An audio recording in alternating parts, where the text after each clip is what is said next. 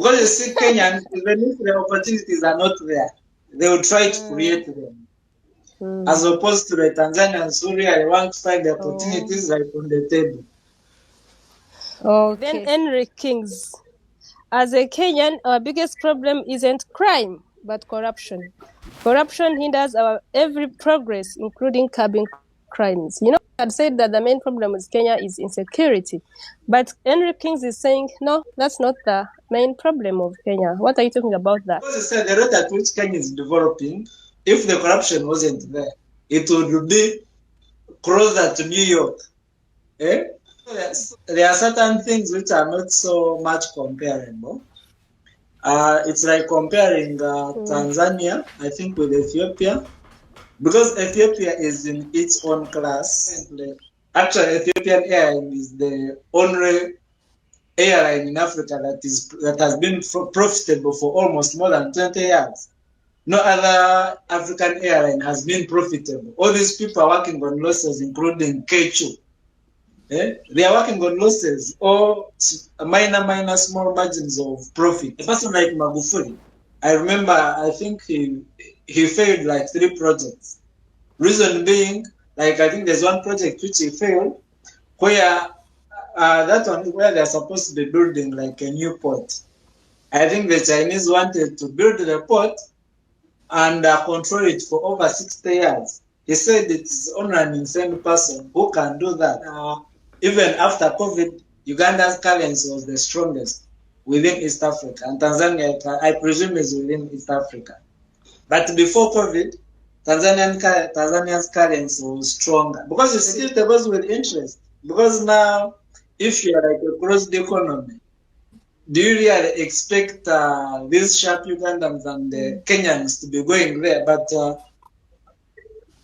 with Uganda and Kenya, Kenyans, you know, they are always top of the game. They are always sharp. They are always trying to fight here and there. When we are having some of these discussions, it's not that we are fighting any country or doing any bad thing. We are just trying to engage. Leaving aside the negatives, Uganda is doing well.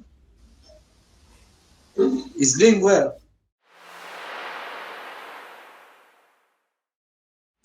Yes, hello. How are you, guys? This is Julius. Greetings to everyone who's watching us on It's Prize. Okay, thank you, Julius, for appearing on my YouTube channel again. And maybe most probably, if I get other comments that need your knowledge, I will always contact you. So, the last video. Welcome. Okay, thank you so much. So in the last video, we talked about why investors prefer Kenya to other East African countries, and we talked about some stuff, and then we got so many comments from Kenyans and other people, and I think I saw also some comments from people who are like from Tanzania. So today, we are going to be responding to those comments. And That's fine. the first comment, okay. So I'm going to read this comment. This comment is from Dan the Revolutionary. Dan the Revolutionary said, "Thank you, Prize.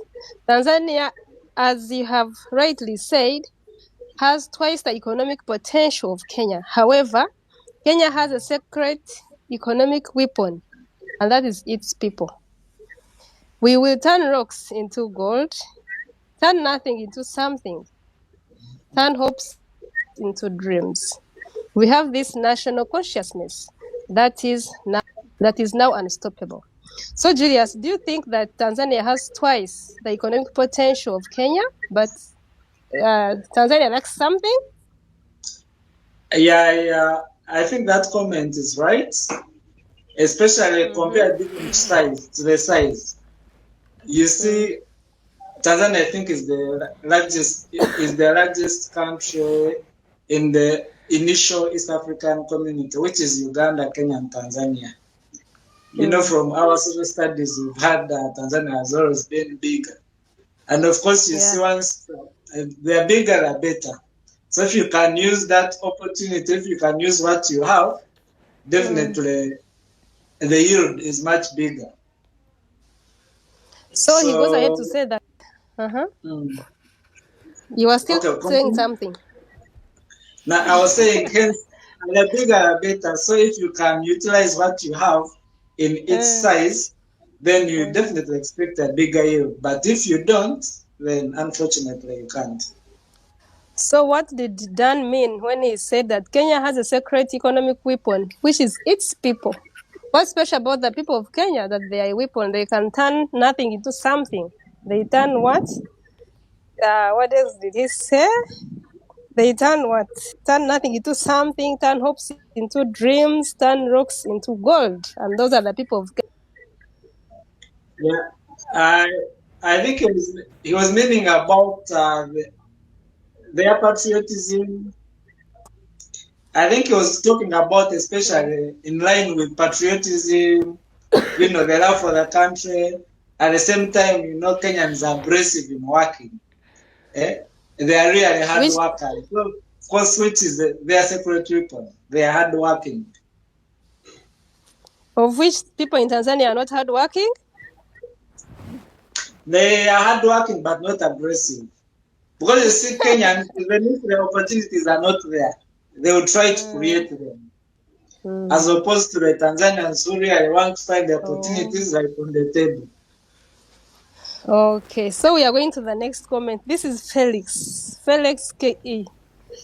Felix KE said, good transportation network, good health facilities, internet, availability of international organization and government policies. That's why investors are preferring Kenya. Did you get that? Yes, and I concur with him. Because at the end of the day, it's what we had always talked about Kenya, why people are always going to Kenya.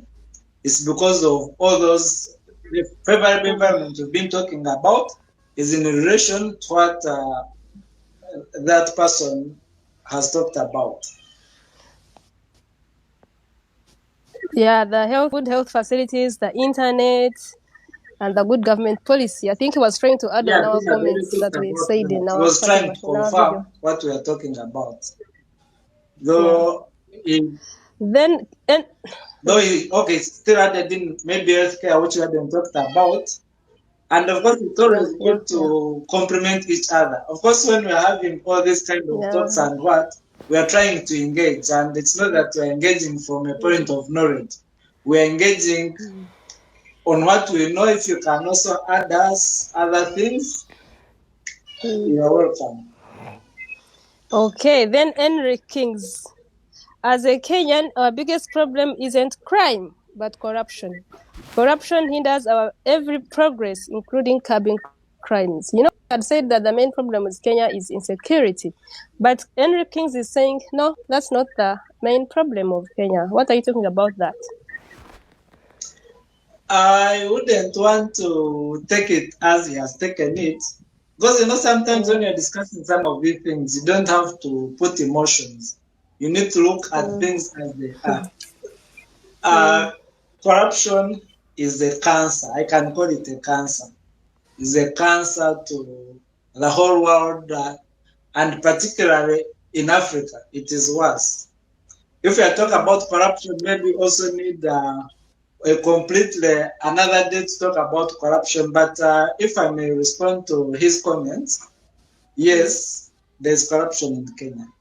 At the same time, there's corruption all over Africa, Uganda inclusive, where we are right now. But this corruption, you cannot talk about it in relation to development, because you see, this corruption is coming from somewhere. When we are talking about corruption, we are talking about only corruption of the big people, but we are forgetting about the corruption we start from homes, schools. You see, even kids now of nursery, when they are going to stand for any elective position, they start distributing sweets. That's corruption. So if we're to fight corruption, we need to start from down, from our homes. And this corruption is not independent. You cannot talk about corruption and don't talk about politics. If we are to deal with corruption as a whole and clear it, especially from our countries, we need to first sanitize our politics. You see, all this corruption is related to our politics. Because you see, even if it's a party A or party B, I don't want to use party names, some people might be offended. If it's party A in government, as long as Party B gets it out of government, it will Party A will always say these ones are corrupt, or Party B will say these ones are corrupt, vice versa. But you see, all that we are fighting corruption on top. Because Party A has gone out, then I need to follow Price, who has been in this party. I say Price has done this, they has done this. So as a whole, I think we need sanity in our politics. If we can sanitize our politics, if we can have good hygiene, I'm talking for terms of health, because I know hygiene is about the goodness of something. So we also need to start by sanitizing our politics. We need good hygiene from our politics. Then we fight corruption from schools, from our homes.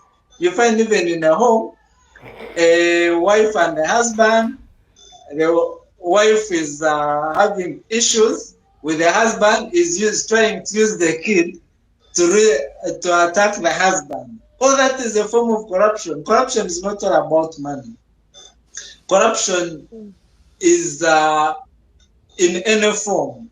So corruption is a cancer that needs to be fought.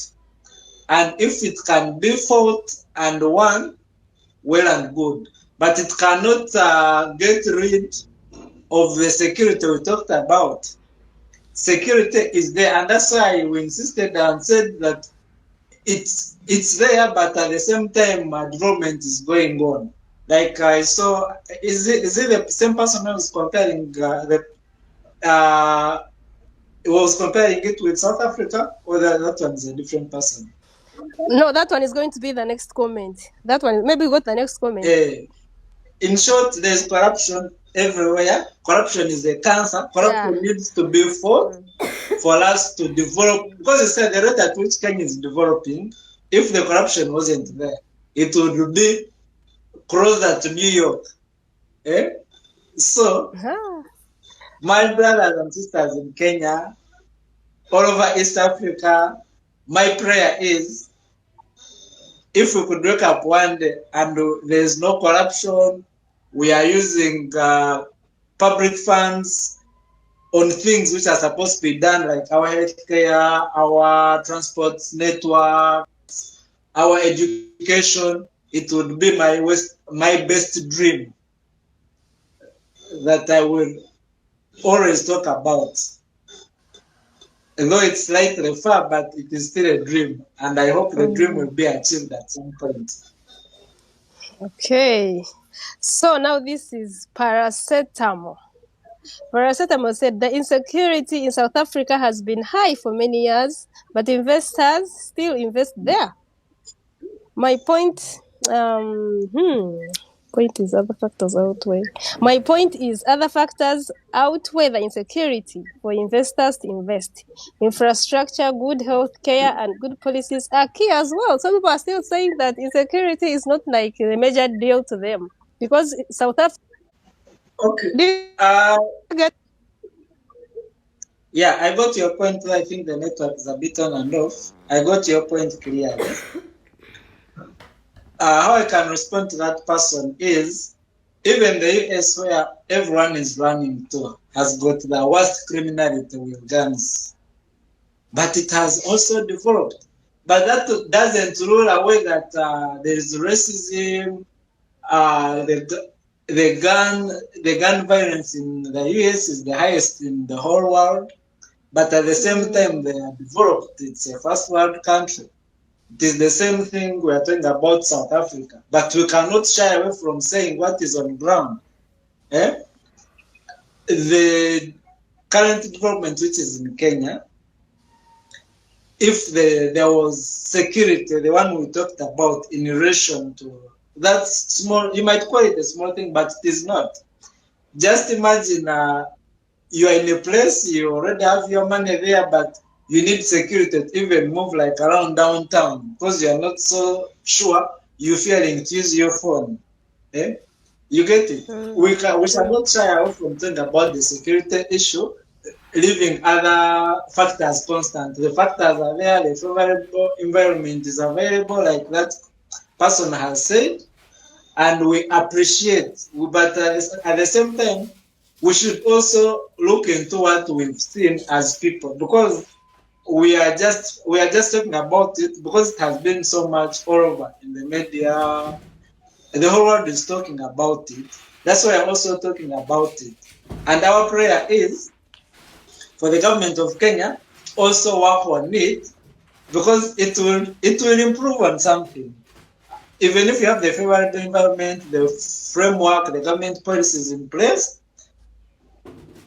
if the oil security is also improved, I think it is a plus on the Kenyan side, and again the East African bloc in general.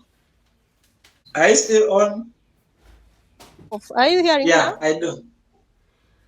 Yeah, so I was saying that Kenyans, they don't want to hear you say that insecurity is their major problem.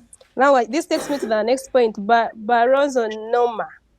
He still says insecurity isn't a serious issue, because I want you to accept that they are saying it's not a serious issue, whereas you are calling it a serious issue. So Baronzo is saying security isn't a serious issue for investors in Kenya. Maana is they care and infrastructure. Even South Africa has security, but still investors for there. Anyway, that's still the main point. And then Kambi is saying the biggest Kenyan problem economically is corruption, not insecurity. Then Tom Atori says insecurity, especially during elections, is a major problem for Kenya. Otherwise, Kenya and Rwanda are among leading countries in easy business doing. So, when Tom said that insecurity, especially during election, is a major problem for Kenya, Felix replied to his comment and he said, last time there was no insecurity during election. Chris Wamahi said Tanzania's problem is over-reliance on Kiswahili. The foreign of the time would prefer out of place, will feel out of place. The main problem in Kenya is corruption and even not insecurity. Tom Atori. You have anything to say? Why are you laughing? Yeah, of course I'm laughing because what they are saying is true. But like I've also explained about corruption is deep rooted in us. But yes. Julius, they want you to accept the fact that insecurity is not the main, it's not a big deal. Like, it's not on top like how you say it. No. Before insecurity, there are, bigger issues like corruption, then insecurity is somewhere down. No, I get what they are trying to say, but at the end of the day, if you go back to the previous video we had, we didn't also rely on it so much, because it's even comparing to all these other countries, saying they are far much better. They are somewhere because of the current environment they have. But if also that, because that insecurity thing is a thorn in whatever they are doing, we are not saying it cannot stop investors. Investors will still go and invest in Kenya. Everything will still be done. But at the end of the day, we are just bringing it out because it is there. If it can also be worked upon, it is okay. That's what we are trying to say. We want the Kenyan government to also work on that thing, which can also be added on the other good things they have to make the environment more favorable. Right now it is favorable, but it can still be much better than that. We accept that there is corruption, but like I've also told you, fighting corruption, we need to fight corruption from the grassroots, from our schools, from our offices, everywhere. We cannot talk about corruption as if it's like a do or die. Corruption is there, it's a cancer. We need to fight it, and it needs collective responsibility. By even the ones who have commented, the government of Kenya, the same thing goes back to my government. Everyone needs to be part of the fight. We fight this cancer, and it goes away. Because if it doesn't go away, our development, our socio-economic development will be slowed down, as opposed to if corruption wasn't there, the development definitely will be almost 3 or 4 times faster than how it is Yeah. currently going. Yeah. Then Julius, remember we talked about Tanzania, that what is hindering investors is Kiswahili. But Tom Atori is saying Kiswahili, I think, is not a big problem in Tanzania. Take an example of Ethiopia, that Ethiopians use their local languages and the investors are very many there. So do you have to take that back, or you will explain? Okay, of course, thanks to the person who has given us the comment. What I can say about that comment, I think, that there are certain things which are not so much comparable. It's like comparing Tanzania, I think, with Ethiopia, because Ethiopia is in its own class, is far much different from Tanzania, even the way they do things. Because you see, Ethiopia is also aggressive. You get it? It's aggressive. It sets goals. Like the government sets goals, wakes up in the morning and says within 3 years, we are supposed to be here. And they do it. Almost all those investments you're seeing in Ethiopia are for Ethiopians. Mind you, you get it? They are there, they do their own investments. Most of them are government investments. Actually, one of the things that has propelled, I think, Ethiopia is they have less corruption. Because you see, once the government has said something, they always work on it. Because realize currently, actually, Ethiopian Airlines is the only airline in Africa that has been profitable for almost more than 20 years. No other African airline has been profitable. All these people are working on losses, including K2. They are working on losses or minor, small margins of profit. But Ethiopian Airlines, which is 100% owned by government, has been making profit for the last 20 years. It is the airline that has got the largest number of fleets of planes in Africa. And all that goes back to the government policies. It's not about the language, but still to answer that, okay, not to divert so much to what that other person has said. I think if you land especially in Addis Ababa, you are 100% sure that you'll find English speaking, even if you go to government offices. Yeah. The English is there. Compared to Tanzania, okay, I've worked on some projects with this African community, and I've always had challenges when we are working in Tanzania. Even if you go to their offices, you find the officers in those offices are not comfortable speaking in English because they are fighting, they are trying to communicate. Because you see, they are having a challenge where most of their documents are in Swahili. And they also try to translate back to English if they are talking to you. You realize that if you are not good, both in English and Swahili, some of the things you not do them good. You not do them very well. You need to be sure, because for them they are more comfortable in Swahili. So even if they are speaking in English, they are struggling. Go to their hotels. Me, I've always had a problem if I don't have someone else who is speaking Swahili with me. Asking food is an issue because I don't know Swahili. I'm talking to a country I've been to several times. I've had the same challenge, and I don't think it's any different from any other people. Okay.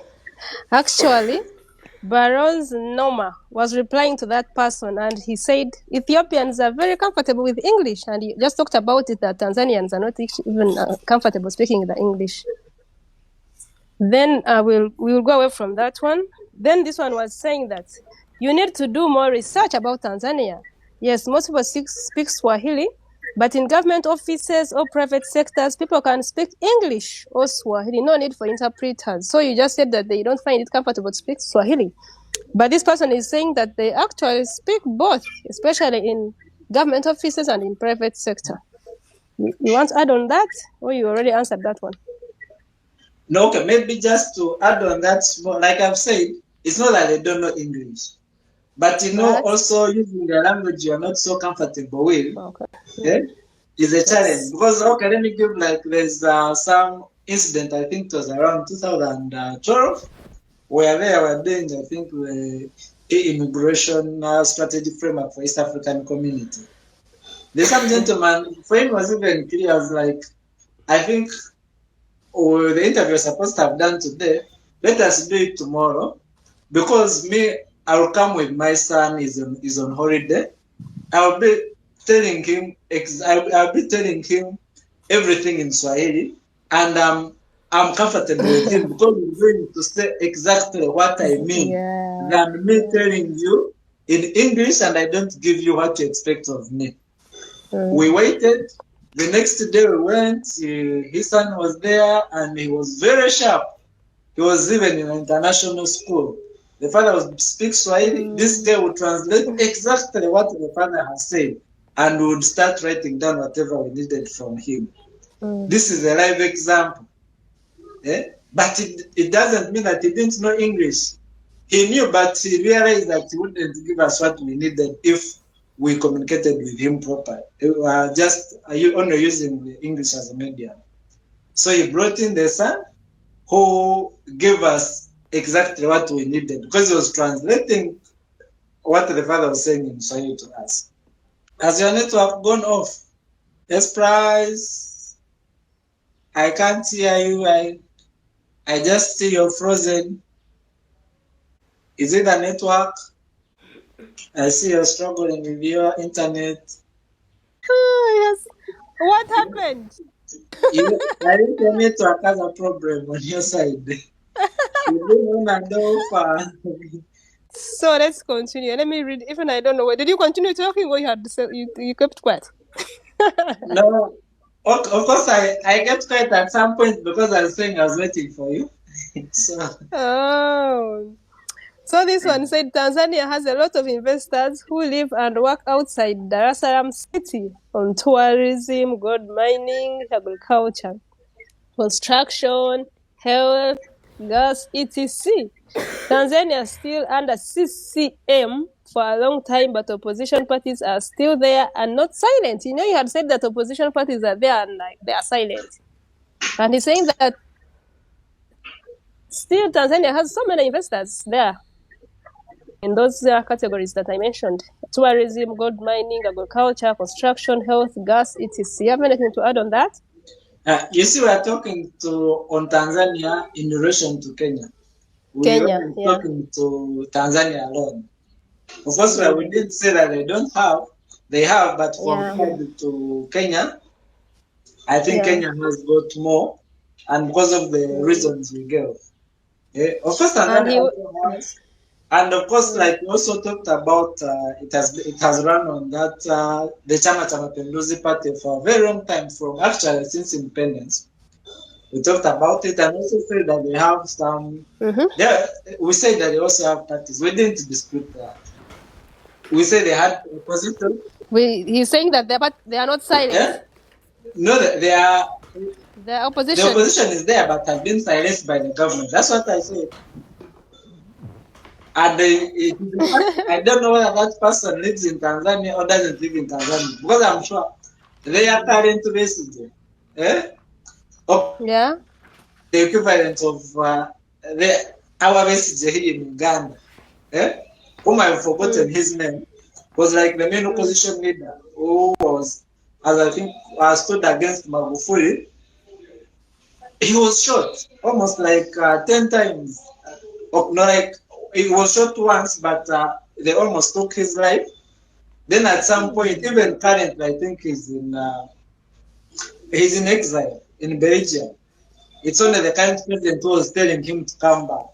So you see, if a person like this is shot, then the other people, even if you're in opposition, you can't, if a general can be shot, who are you? So that's, the parties are there, but the Chama cha Mapinduzi party has tried to silence some of those small. Because for them, they are called small parties. So you know, this one is a mega party. From since independence, they've never had any other party. So yes, the opposition is there, but it doesn't have that free space to air out their views. Okay, so we are I going to the cannot call it last. dictatorship, but I can say it is censorship.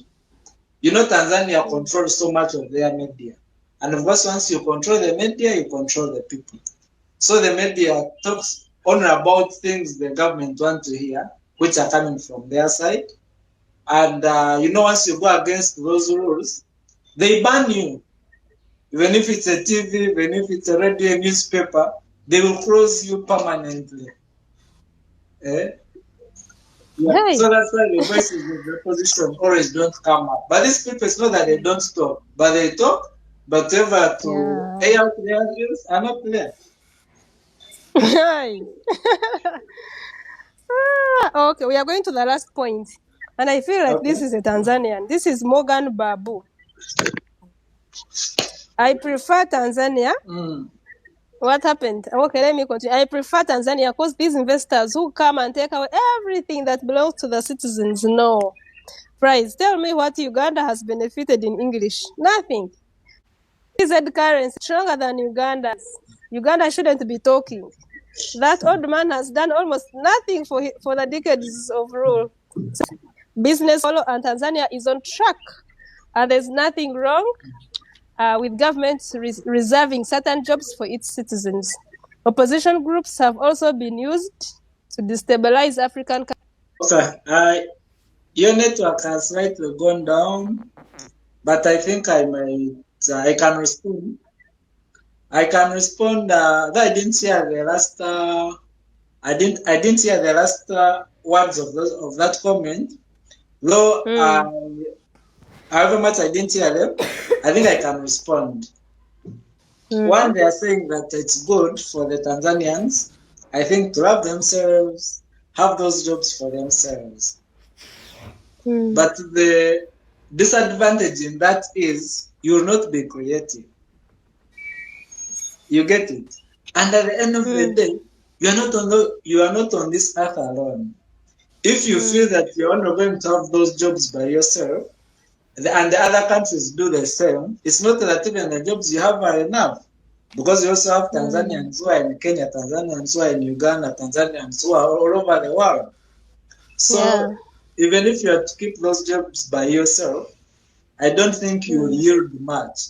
Because you see, Tanzania joined the East African community, and one of the pillars of East African community is to allow the free movement of goods and services, free movement of people. So why do you allow free movement of people who are not coming to work? And yet these same people allow you to come and work in their country. Don't you see that there is a missing link somewhere there? And, he also said about, I think he said about that the opposition is there to destabilize, right? Something. Yes. He said opposition groups have also been used to destabilize African countries. Put that into consideration too. Is it true that opposition are used to destabilize other countries? It's a yes and a no. It's a yes, because everyone has their own interests, and you cannot stop those people of their personal interests. You know, the problem with this politics, there are people who come with their own personal interests who are being fueled by outsiders. It's partly true. At the same time, it's a no. I've said it's a yes and a no. It's a no because there are also genuine nationals who have come up with genuine parties and are also fighting for survival. You get it? So now you cannot get the whole group and package it in one bottle and say that all the opposition is bad. And at the end of the day, it's only that we don't understand politics. Because you see, with politics, you need someone to oppose you. Because and this opposition should be healthy. You know, the opposition is there to correct you. Because you see, once you're in government, you only look at things that benefit you. and there are certain things that you will forget. That's why you need to have opposition. You need to have a robust opposition which will stand its ground and say, you people, you're only doing roads in the north. But the country is made up of east, west, and south, central. So why don't you also look at the other side? The government cannot look at all that. It needs the opposition is there to put government in check. It's not there to oppose everything. It's only that some opposition parties have branded themselves as opposition. They oppose anything when it's good or bad. They don't care. As long as the government doing it, they will oppose. So that's why I'm looking at it in both ways, yes and no. So now, where does Tanzania fall in relation to that? Is its opposition there to destabilize, or is it there to help the government, collect the government, advise the government? That person should enlighten us more on that. Okay. Morgan Babu, he wrote a very big comment.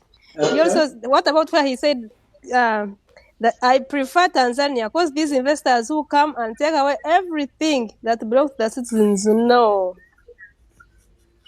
Do investors come take away everything that belongs to the citizens? No, you see, all that goes back to the government policies. Before you even bring on board investors, you need to have policies that are going to protect you, that are going to guard you against exploitation. And if you don't do it, you will not blame other people.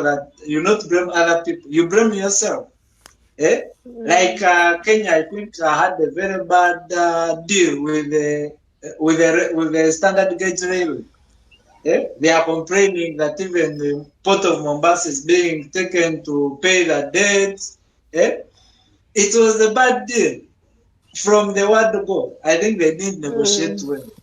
So maybe before we even engage these investors or foreigners, I think we also need to be careful. Yes, we are beneficiaries, but if we are not careful, we shall lose everything. So before even engage the investors, we also need to have a proper roadmap from the policy to implementation to the outcomes. What are we benefiting? We need to be clear. Of course, investors are also not stupid. They've come to do business. So if you sleep on the job and someone tells you, I'm going to take 60 or 70%, and you say yes, you're finished. So you need to be sharp. Because it's like that's why I like Magufuli. By the way, let me go back to a person like Magufuli. I remember, I think he failed like 3 projects. Reason being, like I think there's one project which he failed, where that one where they're supposed to be building like a new port. I think the Chinese wanted to build the port and control it for over 60 years. He said it's only an insane person who can do that. But there's some other person who would have continued with that same bad deal. And he said, if we are to do this deal, we need to sit back on the table. So he showed you how important investors are. He didn't chase them out. He said, but even if we are to do this deal, we have to sit on the table and renegotiate the terms. Let us be fair to each other. Let us everyone benefit. But because this, I think that group was only looking at their side, I think they had to withdraw. So Morgan Babu being a Tanzanian, I guess he said that Tanzania has the security in Tanzania for Uganda and Kenya. And he went ahead to say that our president in Uganda has done nothing for decades, and their currency for Tanzania is better than our currency in Uganda. Summarize that one and we come to the end so that we conclude this video. Is it true that our president has done nothing? No, I don't think so. Actually, I think that part is not even following the economic index of Africa. Even after COVID, Uganda's currency was the strongest within East Africa, and Tanzania, I presume, is within East Africa. But before COVID, Tanzania's currency was stronger. Because you see, these things of the strength of the currency, people want to look at it in numbers. Like if I'm changing it $100 in Uganda, I'll have 360,000. But if I'm changing in Tanzanian shillings, I'll have like 200,000. So they compare the strength of their currency in relation to that. Like there you see Kenya says if you change, they have little money, but as once you go, you need to go with a sack to carry your money. But in economic terms, it's not how they measure the currency of the country. The currency is measured against your import-export ratio. It's measured against the dollar. The dollar has always been a measure for the whole world. So it is true previously, but currently I think there is turmoil within the market. Even the currencies all over are not stable, including the dollar itself. Even the pound, which was the strongest currency in the whole world, has now lost, maybe because of the Brexit and all those other things that we don't know. So what other thing have you talked about? He said the president has that Tanzanian security is better, much far better than for Uganda and Kenya. Yeah, it is. Reason being, there are no interests there. Security also goes with interest. Oh my goodness. Security goes with interest. Because now, if you are like across the economy, do you really expect these sharp Ugandans and the Kenyans to be going there? But with Uganda and Kenya, Kenyans, they're always top of the game. They're always sharp. They're always trying to fight here and there. So they need to look for those loopholes. But if it's like across their country and they are not so much involved in most of it, you create enemies when you involve yourself in so many things. Like Kenya has an issue because it has involved so much in the Somali conflict. Uganda, it has got Congo, has got South Sudan. All those are conflicts that in the end create insecurity. But Tanzania has always been there, has not been involved. I think it was involved, in Congo at some point with Angola. I think that is the only one. Beyond that, even their soldiers are in the barracks. But as I speak now, our Ugandan soldiers are in Congo, are in South Sudan, are in Guinea-Bissau, are in Central African Republic.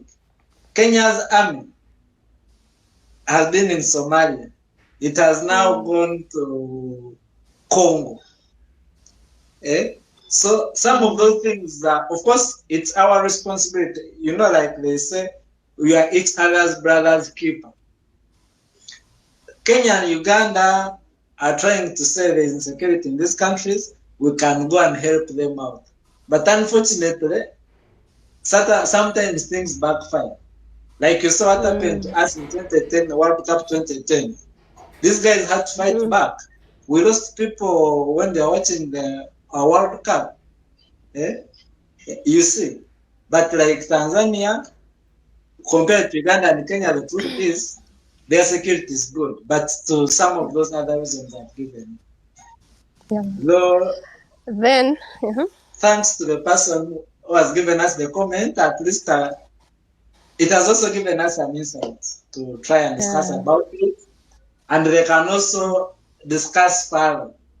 The discussion shouldn't stop now. Maybe there's something else you are not looking at in their angle that they can help us redirect and see it the way they see it. But we shouldn't also try to put emotions to some of these things. These are just discussions. We are trying to learn from each other. So let's not take it as if when we are having some of these discussions, it's not that we are fighting any country or doing any bad thing. We are just trying to engage. There's nothing more. We are talking about things which are outside in the place, which are public. Then still on Morgan Babu, he's asking, what has Uganda benefited from English?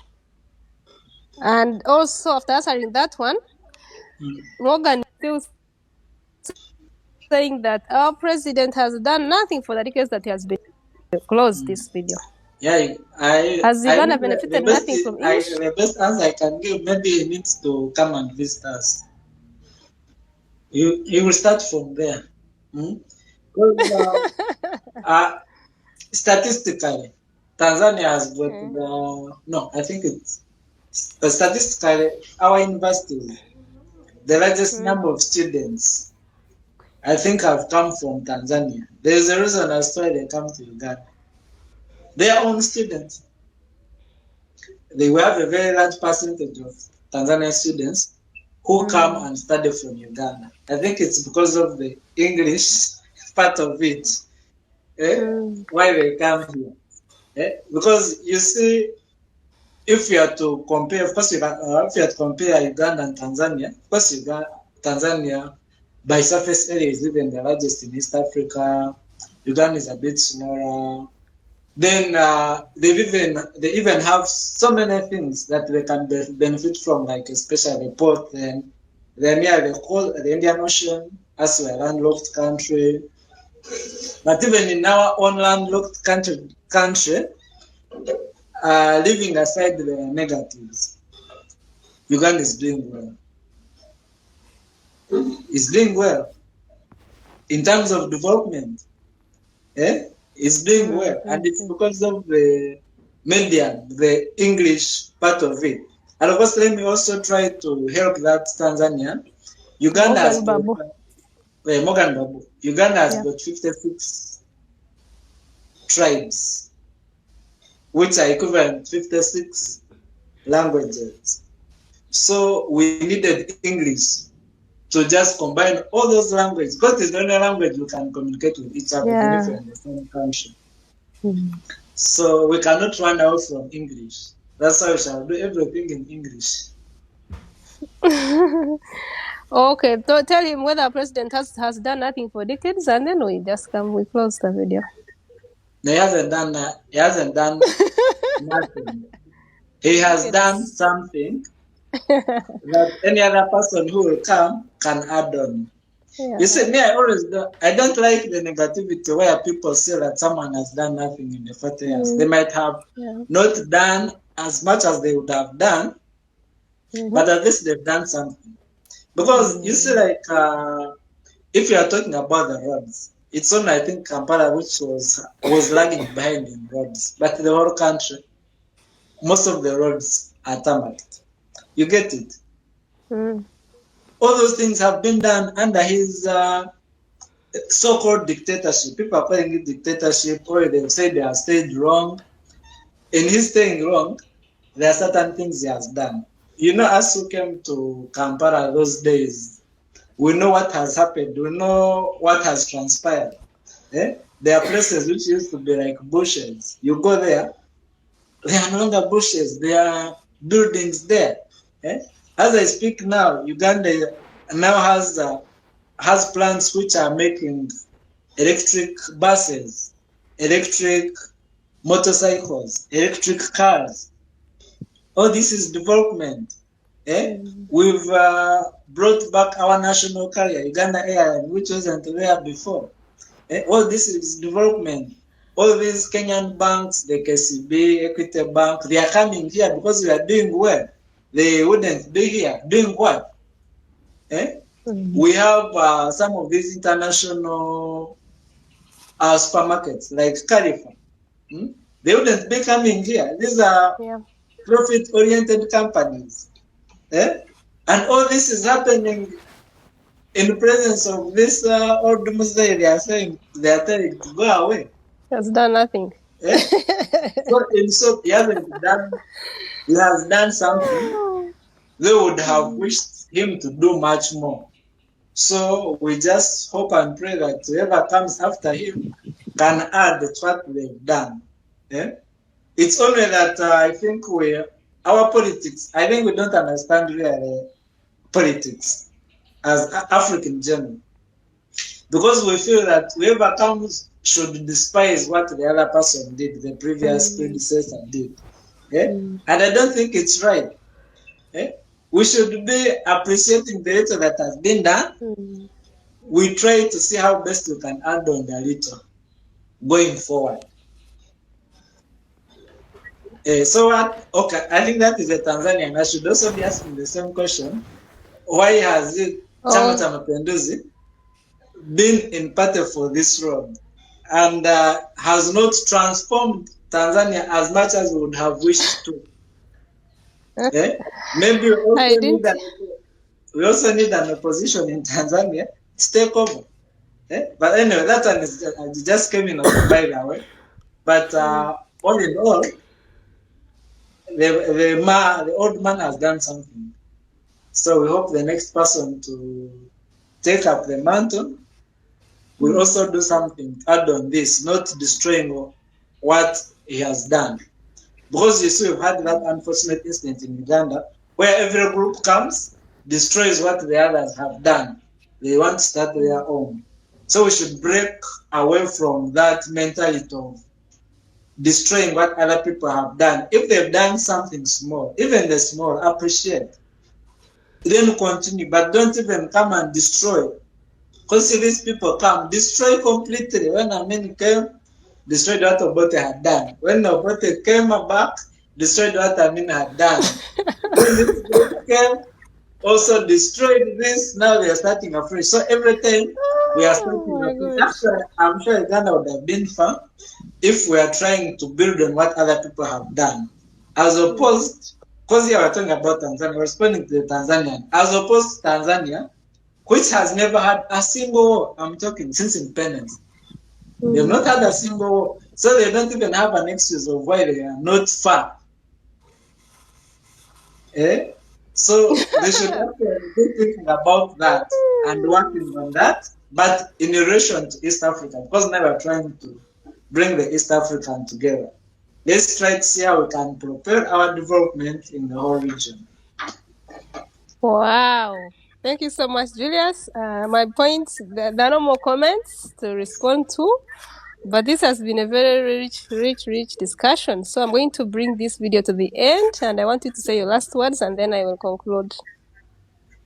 Okay, my last word is really goes back to everyone who has commented. We received all those comments positively.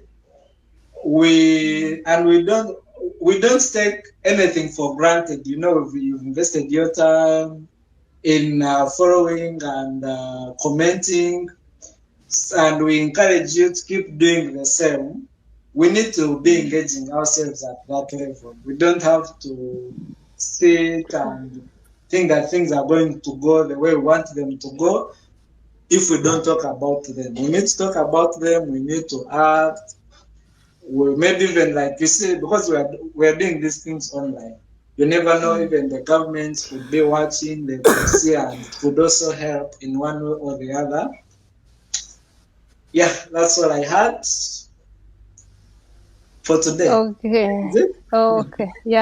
Yeah. Okay, thank you so much. And if you like my kind of content, please kindly subscribe and turn on that bell so that you know the next time that I'll be uploading. And if you have not given me a thumbs up, please kindly give me a thumbs up.